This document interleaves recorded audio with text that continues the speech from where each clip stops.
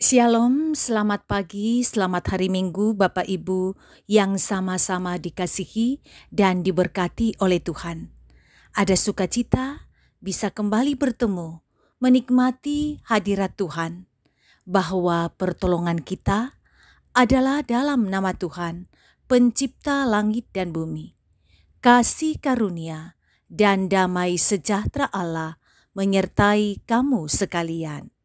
Amin.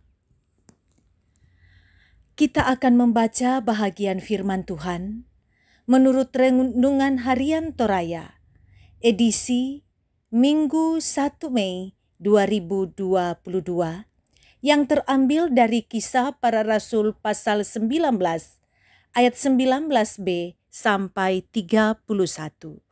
Sebelumnya mari kita satu di dalam doa. Kita berdoa. Terpujilah Engkau ya Allah Bapa di sorga, yang selalu memberikan ruang dan waktu bagi kami, menikmati persekutuan di hadirat Tuhan, menikmati firman kebenaran Tuhan. Inilah hati kami, yang kami bukakan untuk Tuhan isi dengan kebenaran Tuhan. Bersabdalah Tuhan, umat-Mu telah sedia mendengarkan firman-Mu. Dalam Kristus Yesus kami berdoa. Amin. Kisah Para Rasul pasal 9 ayat 19b sampai 31. Saulus dalam lingkungan saudara-saudara. Saulus tinggal beberapa hari bersama-sama dengan murid-murid di Damsyik. Ketika itu juga ia memberitakan Yesus di rumah-rumah ibadat dan mengatakan bahwa Yesus adalah Anak Allah. Semua orang yang mendengar hal itu heran dan berkata, "Bukankah dia itu yang di Yerusalem mau membinasakan barang siapa yang memanggil nama Yesus ini? Dan bukankah ia datang ke sini dengan maksud untuk menangkap dan membawa mereka ke hadapan imam-imam kepala?" Akan tetapi, Paulus semakin besar pengaruhnya, dan ia membingungkan orang-orang Yahudi yang tinggal di Damsyik, karena ia membuktikan bahwa Yesus adalah Mesias. Beberapa hari kemudian, orang Yahudi berunding suatu rencana untuk membunuh Saulus. Tetapi maksud jahat itu diketahui oleh Saulus. Siang malam, orang-orang Yahudi mengawal semua pintu gerbang kota supaya dapat membunuh dia. Sungguh pun demikian, pada suatu malam, murid-muridnya mengambilnya dan menurunkannya dari atas tembok kota dalam sebuah keranjang. Setibanya di Yerusalem, Saulus mencoba menggabungkan diri kepada murid-murid, tetapi semuanya takut kepadanya karena mereka tidak dapat percaya bahwa ia juga seorang murid. Tetapi Barnabas menerima dia dan membawanya kepada rasul-rasul dan menceritakan kepada mereka bagaimana Saulus melihat Tuhan di tengah jalan dan bahwa Tuhan berbicara dengan dia dan bagaimana keberaniannya mengajar di Damsyik dalam nama Yesus. Dan Saulus tetap bersama-sama dengan mereka di Yerusalem dan dengan keberanian mengajar dalam nama Tuhan. Ia juga berbicara dan bersoal jawab dengan orang-orang Yahudi yang berbahasa Yunani, tetapi mereka itu berusaha membunuh dia. Akan tetapi, setelah hal itu diketahui oleh saudara-saudara anggota jemaat, mereka membawa dia ke Kaisaria dan dari situ membantu dia ke Tarsus. Selama beberapa waktu jemaat di seluruh Yudea, Galilea dan Samaria berada dalam keadaan damai. Jemaat itu dibangun dengan hidup dalam takut akan Tuhan. Jumlahnya makin bertambah besar oleh pertolongan dan penghiburan Roh Kudus.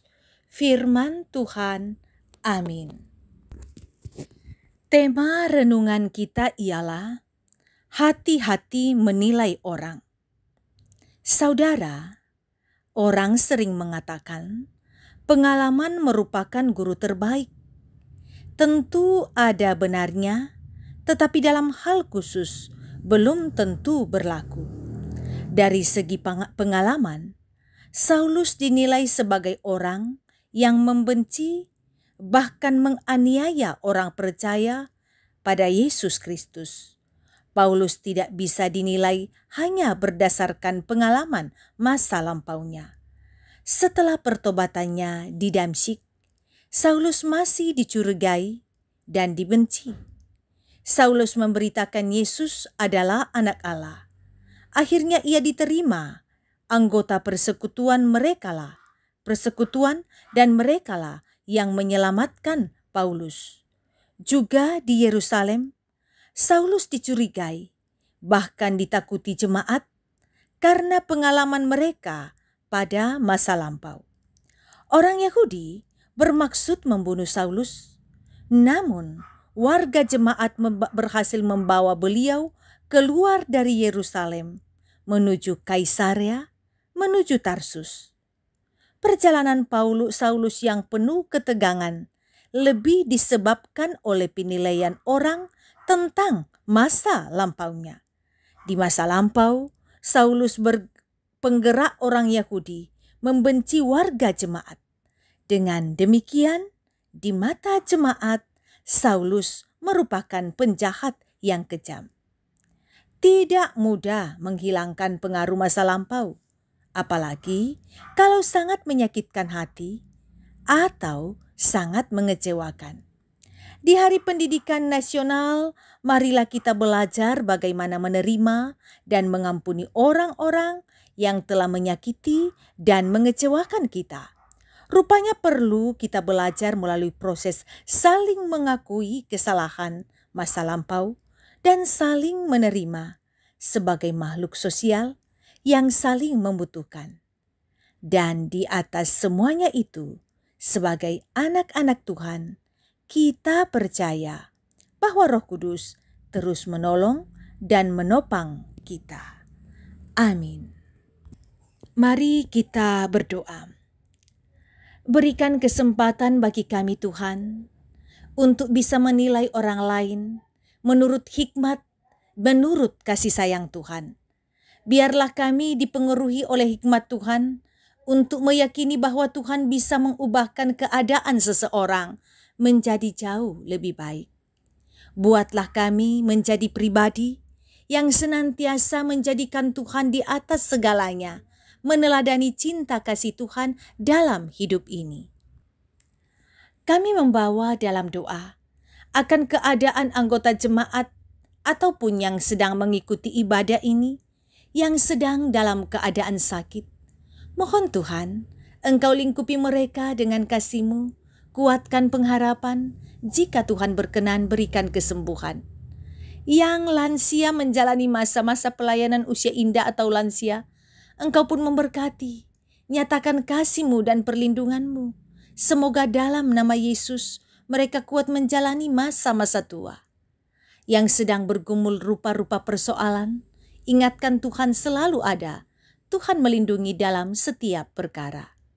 Kami berdoa Bapa di sorga, Engkau lindungi kami dalam aktivitas hari ini. Yang baik yang Tuhan kenan itu yang kami lakukan.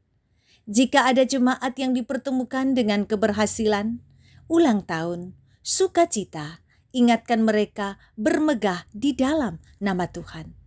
Kami berdoa jaga kami di masa-masa pandemi COVID. Bersyukur Engkau mengantar kami memasuki hari pertama di bulan Mei, dan biarlah bulan ini kami jalani dengan mengandalkan akan Tuhan. Ini doa kami Tuhan, selalu kami bawa dalam nama Yesus, Tuhan dan Juru Selamat kami yang hidup. Amin. Terimalah berkat Tuhan. Tuhan memberkati engkau dan melindungi engkau.